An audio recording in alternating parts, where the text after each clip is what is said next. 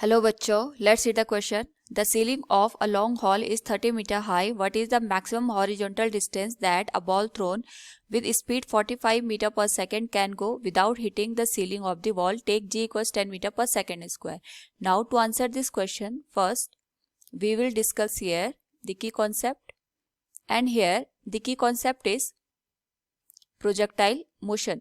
Projectile motion में हम किसी ऑब्जेक्ट को इनिशियल वेलोसिटी u के साथ एट एंगल थीटा यहाँ पे थ्रो करते हैं। उस पर्टिकुलर केस में जो ऑब्जेक्ट होता है ये पैराबोलिक पाथ को यहाँ पे फॉर्म करता है लाइक दिस। तो जो हमारे पास ये पैराबोलिक पाथ यहाँ पे फॉर्म होता है, इसके करस्पॉन्डिंग जो हॉरिजॉन्टल हमारे पास यहाँ पे स्पीड होती है दैट रिमेन्स कांस्टेंट, और जो वर्टिकल कंपोनेंट ऑफ वेलोसिटी होता है ये हमारे पास यहाँ पे कॉन्टिन्यूसली चेंज होता है।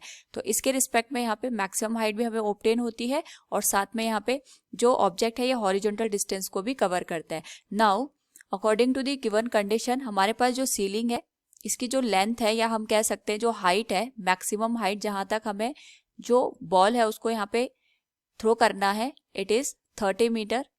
हमें यहाँ पे मैक्सिमम रेंज की वैल्यू निकालनी है और जो यहाँ पे इनिशियल वेलोसिटी दे रखी है u दैट इज 45 मीटर पर सेकेंड। तो सबसे पहले अगर हम बात करें यहाँ पे मैक्सिमम जो हाइट होती है हमारे पास in the projectile motion, it is given as u square sine square theta by 2g।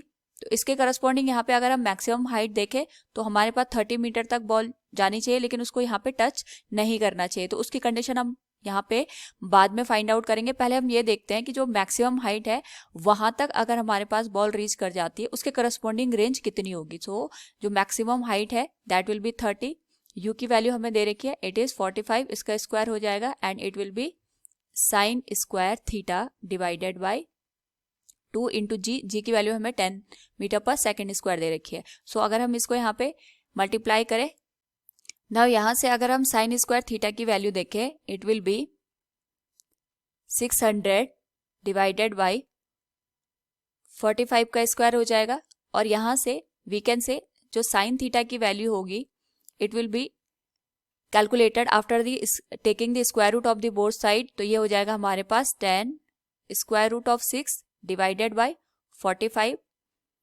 Now यहाँ पे अगर हम इसको कैलकुलेट करें वी कैन से जो साइन थीटा की वैल्यू होगी एस 0.54। नाउ यहाँ पे अगर हम वैल्यू निकालें ऑफ द रेंज, तो जो रेंज की वैल्यू होगी it could be written as यू square sine 2 theta by g, और क्योंकि हमें मैक्सिमम वैल्यू चाहिए रेंज की तो we can write it will become 45 का स्क्वायर। जो साइन 2 थीटा है इसको हम यहाँ पे लिख सकते हैं 2 sine theta cos theta and it will be divided by g की वैल्यू 10 मीटर पर सेकेंड स्क्वायर हो जाएगी। तो जो मैक्सिमम रेंज है इट विल बिकम 45 का स्क्वायर मल्टीप्लाइड विथ 2। जो साइन थीटा है हमारे पास इसकी जो वैल्यू है दैट इज 0.54, और यहाँ से जो कॉस थीटा की वैल्यू होगी इसको हम लिख सकते हैं 1 minus sine square theta with square root, और डिवाइड हो जाएगा ये हमारे पास 10 के साथ। तो जो मैक्सिमम रेंज है हमारे पास it could be calculated as 45 का square multiplied with 2 multiplied with 0.54, और कॉस थीटा की जो वैल्यू बनेगी it will be 0.838 divided by 10 के हो जाएगा। After the solution of this whole value अगर हम इसको कैलकुलेट करें इट विल बी 183.70 मीटर।